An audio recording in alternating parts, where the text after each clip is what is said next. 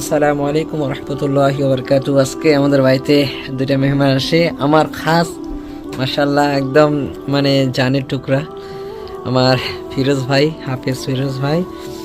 তার সঙ্গে এনারও নাম হচ্ছে ফিরোজ, অনেক আমার একজন মহাব্বতের সাথী, মাদ্রাসাকালের বন্ধু, অনেকদিন পর দেখা। সত্যি আজকে রাত বাজতেছে, ধরে রাখেন 11:30। কটা বাজতেছে এখন? 11:40। আমরা এখন আড্ডা মারতেছি আমাদের বন্ধুর সাথে। সত্যি মানে আমার যে আজকে কতটা খুশি লাগছে সে উপরওয়ালা আর আমি জানি, যে বন্ধুর সঙ্গে রাত্রে আমার খাস প্রিয় প্রাণপ্রিয় বন্ধুদের সঙ্গে এত রাত পর্যন্ত আড্ডা মারবো, কথা বলবো, মানে আলহামদুলিল্লাহ, আল্লাহর কাছে লাখো শুক্রিয়া।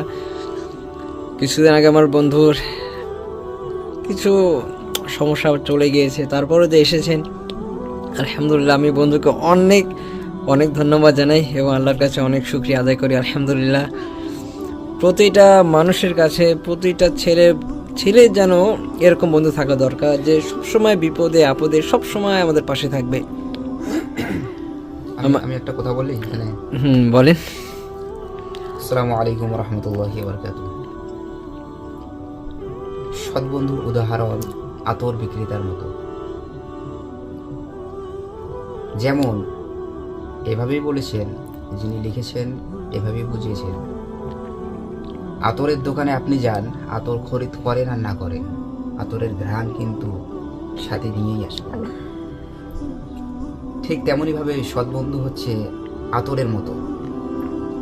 সৎবন্ধু যদিও গরিব হয়, আপনাকে হয়তো হাটে বাজারে দোকানে পাশারে কিছু খাওয়াতে পারবে না, তবে অন্তত পক্ষে সৎবন্ধুর কাছ থেকে ভালো উপদেশ পাওয়া যায়। বেশক। যেমন আতর খরিদ না করলেও তার ঘ্রাণ পাওয়া যায়।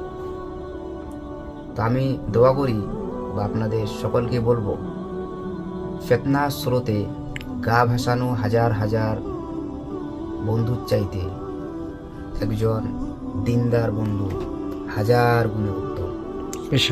তাই জীবনে হাজারটা বন্ধু নয়, বন্ধুর মতো একটা বন্ধু বানান, যে বন্ধু বিপদে আপদে প্রতিনিয়ত নিঃস্বার্থভাবে স্বার্থর দিকে না তাকিয়ে নিঃস্বার্থভাবে পাশে দাঁড়াতে পারবে, যে বন্ধুর কাছে গেলে নিজের কষ্টের কথা বলে শান্তি পাওয়া যাবে, যে বন্ধুর পাশে দাঁড়ালে আল্লাহর কথা স্মরণ হবে। অন্তত পক্ষে নিজের জীবনে একটা এরকম বন্ধু বানান ইনশাআল্লাহ। আপনি কিছু বলবেন? কিছু বলেন। আমাদের এদিকে আসলেন, কেমন লাগছে? ভালো। তারপর তো যাক, যেহেতু একটা কথা তুললেন, আমাদের এদিকে আসলে আমার মিতা, এখন এই যেটাকে দেখলেন আর কি, আমার মিতা, ঠিক আছে। তো উনি যেহেতু ক্যামেরায় আসেন না, এই কারণে বলার সাহসও হয় না, সকলের এই এক্সপিরিয়েন্স থাকে না। তো হাফিজ শাহিন ভাই আমার প্রিয় বন্ধু, একসঙ্গে পড়াশোনা করেছিলাম আমরা সেই বর্ধমানে। তখন থেকে আলহামদুলিল্লাহ আমাদের কথাবার্তা সবটাই আলহামদুলিল্লাহ খুব সুন্দর চলে। এর আগেও বেশ কিছুদিন আগে আসছিলাম ওনার বাড়ি, সেদিন ঢোকার সুযোগ হয়নি, আজকে ওনার বাড়িতেই আসছি আর কি। তো জিজ্ঞাসা করলেন যে আমাদের বাড়িতে এসে কেমন লাগছে। এটা ভাষায় প্রকাশ করার মতো না ভাই, বাস্তবে গেছি এতটাই। আমার বন্ধুর কথা বলি, শাহিন ভাই কিন্তু একজন পপুলার ব্যবসায়ী, আলু ব্যবসায়ী। হ্যাঁ, উনি একজন মান্যগণ্য ব্যক্তি, বড় বড় মাপের মানুষের সঙ্গে উঠা বসা করেন, ঠিক আছে। আমি এই কারণেই বলছি, আসলে মোটিভেট করার জন্য বিষয়টা এমন নয়, কিছু কথা বোঝানোর জন্য কিছু কিছু কথা বা উদাহরণ দিতে লাগে। উদাহরণস্বরূপই বললাম আর কি আমি, যে এতটা ব্যস্ততার মাঝেও উনি একটা মিনিট, আমি দেখি আর কি, যে একটা মিনিট বা 5টা মিনিট শান্তি মতো থাকতে পারে না, ফোনের উপর ফোন আসতেই থাকে। তারপরেও যে ঘন্টাকে ঘন্টা আমাদেরকে সময় দিয়েছেন, আলহামদুলিল্লাহ, লক্ষ কোটি শুকরিয়া সে মহান রব্বুল আলামিনের প্রতি, যিনি আমাকে এরকম বন্ধু দিয়েছেন, যে নিজের ব্যস্ততাকে একপাশে সরিয়ে রেখে আমাদেরকে সময় দিচ্ছে।